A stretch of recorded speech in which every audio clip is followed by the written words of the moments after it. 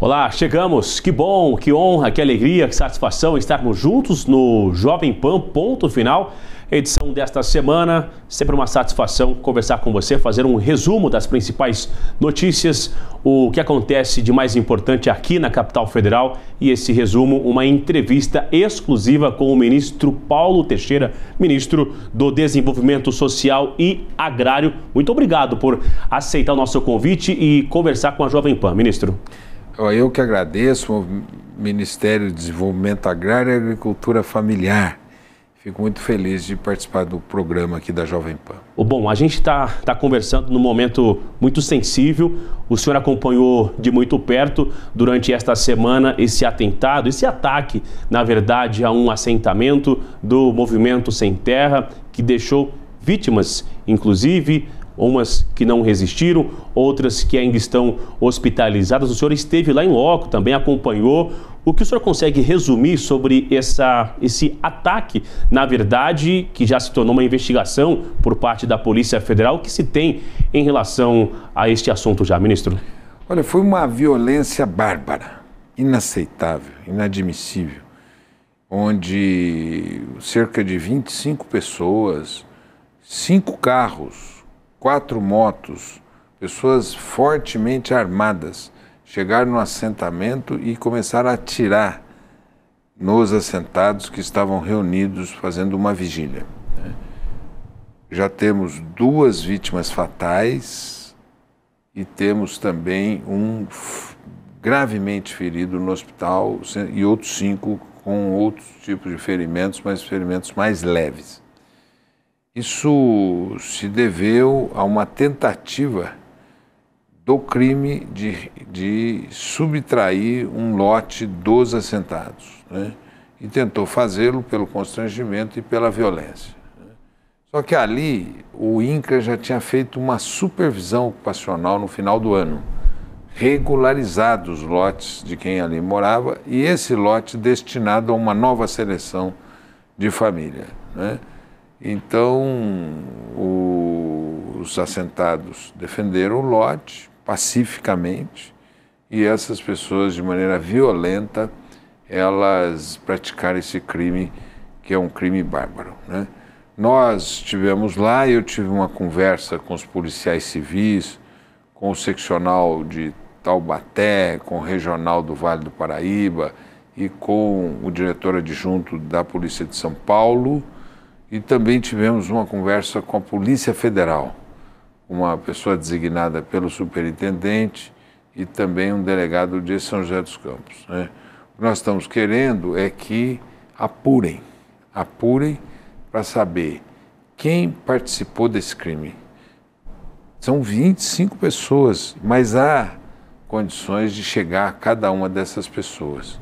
Queremos saber também quem é o mandante, porque ali eles conseguiram mobilizar pessoas, mobilizar armas, e isso não se faria se não tivesse recursos por trás. Então nós queremos também saber quem é o mandante e quais vínculos que esse grupo criminoso tem na cidade. Por isso que nós estamos aguardando, né?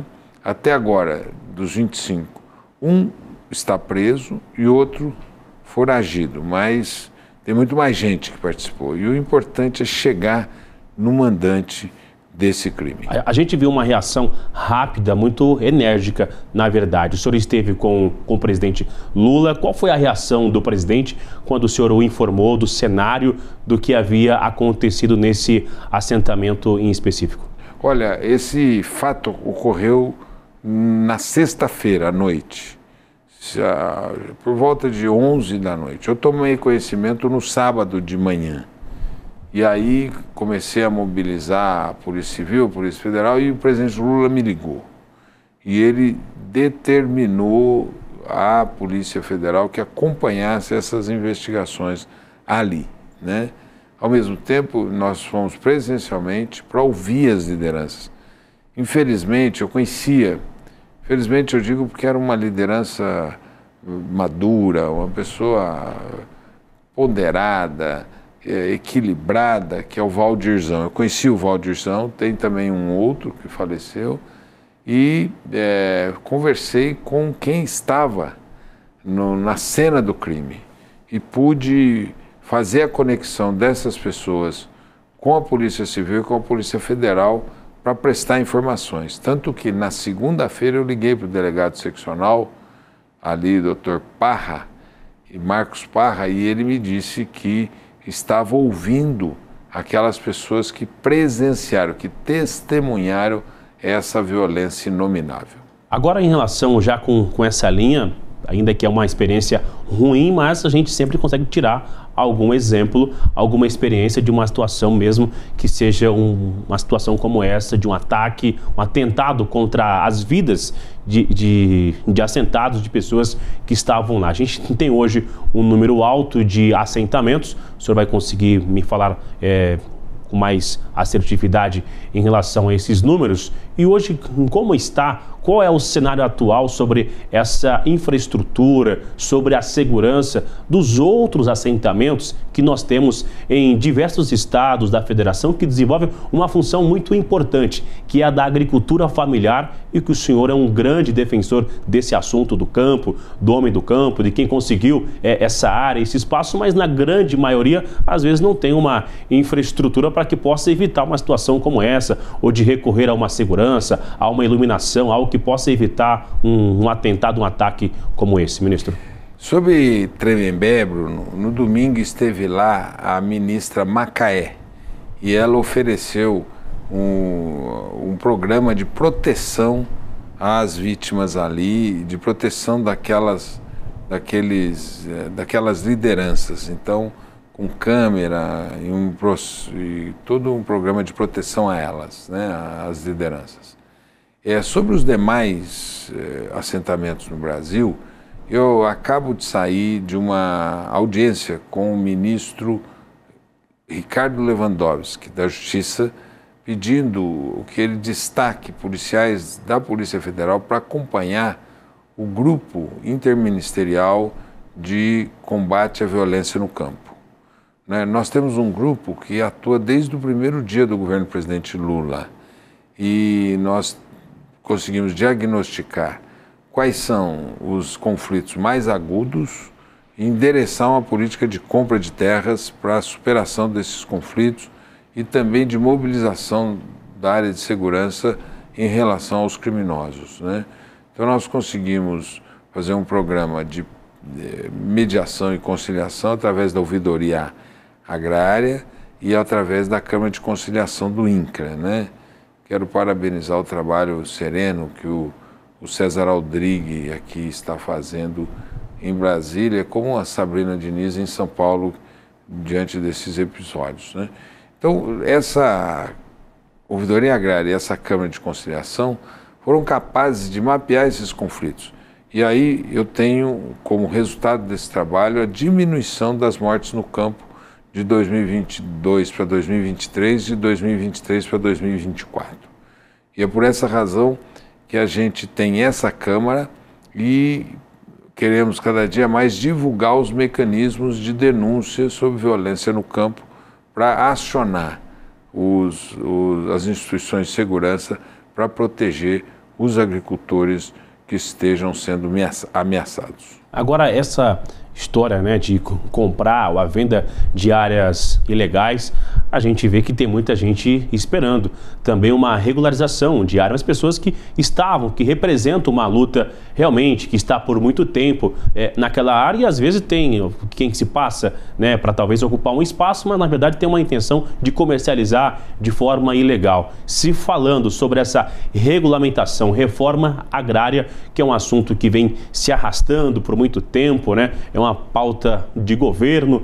E hoje, qual é o cenário que nós temos, o que esperar de 2025, 2026, já com 50% do mandato do presidente Lula, indo para uma reta final? O que esperar ainda? Nós vamos conseguir ver uma reforma acontecer de fato, ministro? Bruno, em relação ao tema inicial que você falou sobre regularização de lotes que porventura estão vazios e que devem ser destinados, o INCRA já regularizou 70 mil famílias nesses 2 anos. Então, inclusive esse assentamento de Tremembé, o Olga Benário.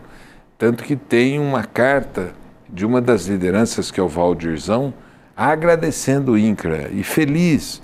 Esse é o que foi vítima, né? Que foi vítima. E ele fez uma carta, escreveu uma carta em dezembro, feliz pela regularização do assentamento e pela atuação do INCRA, do MDA e do presidente Lula, né?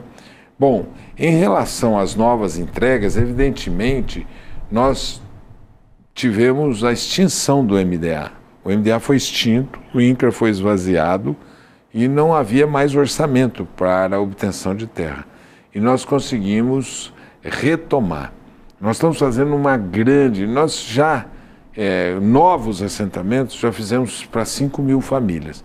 E nós estamos com uma meta de, em 2024, 2025, assentar 30 mil famílias e 2026 mais 30 mil famílias. Em alguma região específica, ministro? No Brasil inteiro. E estamos lutando para melhorar o orçamento de obtenção para o INCRA, para aumentar essa meta, já que a gente já cadastrou 115 mil famílias acampadas no Brasil. E a gente tem um orçamento, um número do governo para a compra dessas áreas? Então é isso. O que seria esse número? Nós vamos agora, já pusemos de pé, 3 bi 200 milhões para compra de terras, para aquisição de terras, para assentar famílias da reforma agrária, né? O que vai pacificar o campo, o que vai aumentar a produção de alimentos, o que vai diminuir no campo a desigualdade são os programas de reforma agrária. E essa linha também acaba chegando na agricultura familiar, porque existe lá quem tem uma terra, quem planta, mas não consegue fazer essa venda, porque ele não tem um CNPJ, ele não tem uma área legalizada. Isso avança também no quesito da venda do seu produto, da agricultura familiar, que a pessoa consegue ter uma renda muito maior naquela área que foi reconhecida, né? Agora, existe ali uma competição, ministro, entre o agronegócio, que já é muito bem estabelecido, muito bem formalizado, uma competição com a agricultura familiar? Olha, Bruno, do ponto de vista desses novos assentamentos, nós estamos defendendo que os assentamentos nasçam em berço de ouro. O que é isso? Nasçam com enxoval, que eles tenham a terra, mas tenham também crédito, tenham assistência técnica, possam tirar a documentação, ter um CNPJ, formar uma cooperativa e poder produzir. E, ao mesmo tempo, os programas públicos de compras públicas, eles poderem ser beneficiários do programa de aquisição de alimentos, que é o PAA, né? Então, nós queremos que eles nasçam, mas tenham também todo o apoio para o bom desenvolvimento desses programas, né? Nós já viabilizamos 1,5 bi de crédito para a instalação dessas famílias, para suas moradias, para a produção inicial, 1,5 bi de crédito, né? Em relação à pergunta que você falou, nós estamos tentando fazer integrações entre o agro e os assentados. Então eu estou indo à Bahia agora para fazer uma integração na área da produção de frutas, também no Vale do São Francisco, entre aqueles produtores de frutas e os assentados. Também eu estou buscando uma integração no seu estado, no Mato Grosso, para a produção de ovos, né? Então, o que a gente vê é que, ao invés de ter conflitos, possa ter integrações. O Brasil tem exemplos muito importantes de integração, principalmente na produção da carne de vaca, carne de porco, carne de frango, ovos, em Santa Catarina, no Paraná e no Rio Grande do Sul, né? Então, aquela produção das grandes empresas brasileiras são integradas, o pequeno, o médio e o grande, né? O que a gente quer fazer aqui no Brasil também é replicar essas boas experiências de integração. Com esse olhar já adiante e ao mesmo tempo um olhar no retrovisor, o senhor comentando sobre essa integração. No governo anterior, a gente viu que teve uma ligação do agro muito forte, muito ligado, né, às pautas do governo anterior. Com a eleição do presidente Lula, muito se falava que haveria a volta do movimento sem terra. A gente viu uma investigação, uma CPI no Congresso Nacional, que não conseguiu ler o relatório, teve algumas complicações no final. Hoje, o que que representa de fato a imagem, a força do movimento Sem Terra, do MST, ministro? Olha, Bruno, o MST é um movimento nacional, um movimento forte e que precisa do apoio do governo para assentar essas famílias, elas se tornarem agricultoras e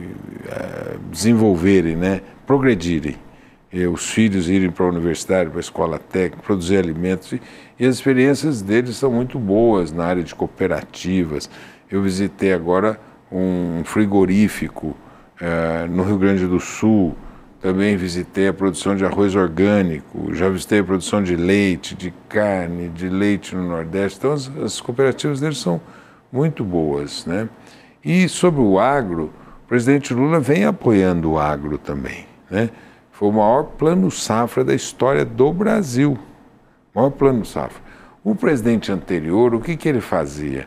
Ele nunca deu nada nem para o agro, nem para o agricultor familiar, mas ele capturava alguns segmentos do agro com um discurso anti-MST e um discurso de violência no campo, né? Eles, então, ele capturava com o discurso do armamento, a necessidade das pessoas se armarem, etc. Né? Vou aproveitar, ministro, interromper o senhor nesse ponto de se armar no campo. O senhor relembrou muito bem. O senhor, olhando esse fato que teve recente no assentamento, se esses assentados estivessem com uma arma de fogo, como é o discurso que o senhor relembra, haveria alguma diferença ou o confronto seria muito maior? Seria um confronto muito maior, né, de proporções muito mais graves do que aconteceu, né? E o que nós temos é que desarmar o campo e desarmar os espíritos. Evidentemente é diferente da pessoa ter uma arma em casa para se proteger de um assalto, né? Ele está ali distante de tudo. Mas armar para atacar movimento social é inadmissível, né? E agora eu espero que o exemplo lá de Tremembé sirva para todos, porque quem praticar esse tipo de crime tem que ser preso. Tem que ir para as barras dos tribunais e pagar pelos crimes que cometeu, porque o Brasil não é um faroeste. O Brasil tem um programa de reforma agrária, ele tem que ser respeitado, né? E também tem muitas situações em que grandes produtores invadem assentamentos, que requer com que nós retomemos esses assentamentos, muitas vezes por via judicial, para destinar o seu verdadeiro beneficiário. Agora a gente está vivendo, inclusive esta semana, uma crise no mundo quando se fala sobre, na comunicação, de uma fake news, de notícias que andam rápido demais, né? Chegam muito na frente do que uma informação verdadeira. O senhor tem enfrentado uma dificuldade, ministro, nessa comunicação tão rápida, com notícias falsas, para tentar ajudar, para tentar levar essa estrutura para o campo, para o movimento Sem Terra, de forma geral, para a reforma, para quem está no campo? Essa desinformação tem atrapalhado a atuação do Ministério do senhor? A desinformação e a crueldade. Por exemplo, lá em Tremembé, muitas pessoas foram para as redes sociais comemorar o assassinato ocorrido, comemorar o crime praticado, né? Hoje em dia, hoje mesmo, a maior vítima dessas fake news foi o governo do presidente Lula e o ministro Fernando Haddad, né? O ministro Fernando Haddad está sendo vítima de inteligência artificial, fazendo discursos, colocando na boca dele palavras que ele nunca expressou, né? Então é gravíssimo e o único caminho que tem é a regulamentação das plataformas digitais. E o senhor já entrando nesse assunto, eu vou acompanhar a resposta do senhor. Por parte do governo, o senhor acredita que a comunicação precisa avançar no digital com a chegada do novo ministro da SECOM, inclusive? O senhor acredita que vai ser uma virada de chave para conversar um pouco mais com as redes sociais? Eu creio que era o objetivo e era o estágio da disputa que o ministro anterior, Paulo Pimenta, estava fazendo. E que certamente o ministro Sidônio vai continuar. Ali tem um problema que tem que ser resolvido, que é uma licitação para uma agência digital do governo federal, não é? Então você tem um grande gabinete do ódio, né? Um centro produtor de mentira permanente, né? E precisa ter um centro produtor de verdades, de explicação para a sociedade do que realmente está acontecendo, né? Por exemplo, essa questão do Pix foi uma grande mentira que tentou desacreditar esse meio de pagamentos e que, por parte de alguns, não quer qualquer tipo de transparência nessas negociações, né? Então é um fenômeno atual que nós temos que combater e não podemos lamentar. É parte integrante da política hoje e você tem um segmento da extrema-direita que utiliza de fake news. E precisa ter maior controle público para que não corroa a democracia. Por isso que eu acho que tem que ter uma regulamentação e uma ação mais forte para punir quem difunde fake news. Houve uma repercussão rápida e, usando essa última fala do senhor, quem acaba divulgando essas informações no Congresso, representantes lá na Câmara dos Deputados compartilharam várias informações. E aí agora teve uma fala também que veio do AGU, do Jorge Messias, dizendo que isso vai se tornar ali uma investigação da Polícia Federal. O senhor também faz uma defesa de que, ainda que sejam representantes do Congresso que sejam investigados, se eles compartilharam essa fake news? Então, o crime, ninguém pode se escudar no mandato parlamentar para cometer crime, né? A proteção do mandato parlamentar, ela envolve opiniões, mas não a prática de crimes, né? E por essa razão, acho que todo mundo no Brasil deve prestar contas à justiça quando pratica algum crime, seja ele cidadão comum, seja ele parlamentar. Já falando de Congresso Nacional, agora em fevereiro haverá uma eleição tanto na mesa da Câmara quanto no Senado. O que o senhor espera avançar em pautas do campo, pautas do Ministério do senhor, com os novos representantes que serão eleitos? Até agora a gente tem o nome do deputado Hugo Motta na Câmara dos Deputados, o senador Davi Alcolumbre no Senado Federal. O que o senhor espera, qual é a pauta número 1 que o senhor espera que avance nessas duas novas gestões do Congresso Nacional? Eu espero que seja agora uma gestão ainda mais republicana, que colabore com o país, né? E não deixe prosperar pautas negativas, como algumas que estão tramitando no Congresso Nacional. E o senhor tem alguma coisa específica que ajudaria muito a gestão do senhor, que já está no Congresso, mas está engavetado lá? Eu tenho 2 temas que eu quero enviar ao Congresso. Eu, inicialmente, quero dizer que eu sou muito grato ao Congresso Nacional por ter aprovado as nossas medidas com muita celeridade. Mas eu vou agora enviar 2 medidas, depois de discuti-las dentro do governo, que é a proposta de um sistema único de assistência técnica e extensão rural para o Brasil e, ao mesmo tempo, um fundo de terras para obtenção de terras para a reforma agrária. Então, assim que estiverem prontos, eu vou enviar, espero que até março a gente envie e possamos contar com a colaboração do Congresso Nacional. Isso já está acertado, conversado dentro do governo? Isso está sendo conversado dentro do governo, mas já está agendado. O governo sabe dessa agenda e nós vamos enfrentá-la. Enviar para tentar viabilizar e começar a negociar. A gente tem visto nesse final de ano, nesse recesso que quase não teve, por conta dessas discussões das emendas, né, ficaram suspensas, e essa discussão, há algum receio por parte de ministros, por parte dos ministérios, e o senhor como ministro, de algum assunto de interesse do governo não avançar tão rápido com essa emenda ficando suspensa, ministro, porque se tornou um instrumento de negociação. Se não vem a emenda, se não tem essa liberação, a pauta, a agenda do governo não ande.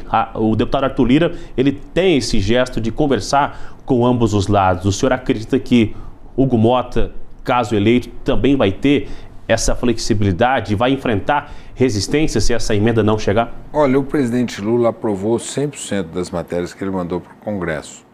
Inclusive, amanhã ele vai sancionar a reforma tributária, que foi um grande feito do Congresso Nacional de fazer uma reforma tributária que nunca aconteceu em momentos democráticos no Brasil, né? Então, é um sucesso total, né? Eu acho que esse tema, o governo não vai trabalhar numa perspectiva do toma lá da cá, né? Esse tema, e também sobre a questão do cumprimento das emendas, que isso seja feito nos parâmetros definidos pelo Supremo Tribunal Federal. A gente vai acompanhar então essa eleição que acontece no início do mês de fevereiro. Ministro, mais uma vez, muito obrigado por conversar com a Jovem Pan. É sempre muito bom a gente entender realmente o que está acontecendo. A força do campo é muito importante, a gente tem um agronegócio muito forte, tem também essa agricultura familiar muito forte e que o senhor disse aqui sobre essa campanha de desinformação, que às vezes diversas ações que são ótimas ficam esquecidas, ficam ocultas ou não são compartilhadas da forma que deve ser compartilhada, chegar lá na ponta de fato. Muito obrigado, Bruno Pinheiro. Eu tenho a minha gratidão por participar do seu programa. Deixar um abraço a todos os telespectadores da Jovem Pan. Para a gente finalizar, algum ponto que o senhor não revelou, que a gente não conversou aqui ainda, que o senhor queira reforçar? Não. Estou disponível para vocês para participar dos programas quando vocês quiserem maiores esclarecimentos. E o ponto mais central para mim hoje é o esclarecimento da autoria dos crimes ocorridos nessa última sexta-feira em Tremembé. Que é uma investigação e virou um inquérito, né? É isso. Já tem um tempo para encerrar, ministro? Não tem, né? Dos 25 que participaram, tem um preso e um mandado de prisão. E eu espero que a gente consiga avançar sobre todos os participantes, não só no sentido de esclarecer a autoria, no sentido também de saber quem mandou praticar esse crime e levar todos para as barras dos tribunais. A gente vai continuar acompanhando essa história lamentável nesse assentamento e claro que o estado de saúde das outras vítimas também que seguem hospitalizadas. Muito obrigado pela sua companhia, pela sua audiência aqui na Jovem Pan. É sempre uma honra e uma satisfação. Você consegue rever também as nossas reportagens, essa entrevista nas nossas plataformas digitais, no nosso YouTube, no Panflix, também nosso aplicativo da Jovem Pan, que tem todas as informações.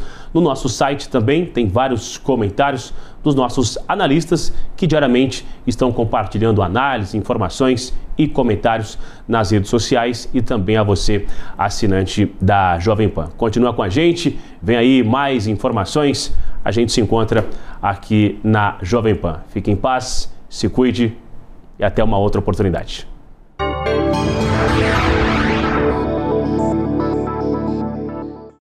A opinião dos nossos comentaristas não reflete necessariamente a opinião do Grupo Jovem Pan de Comunicação. Realização Jovem Pan News.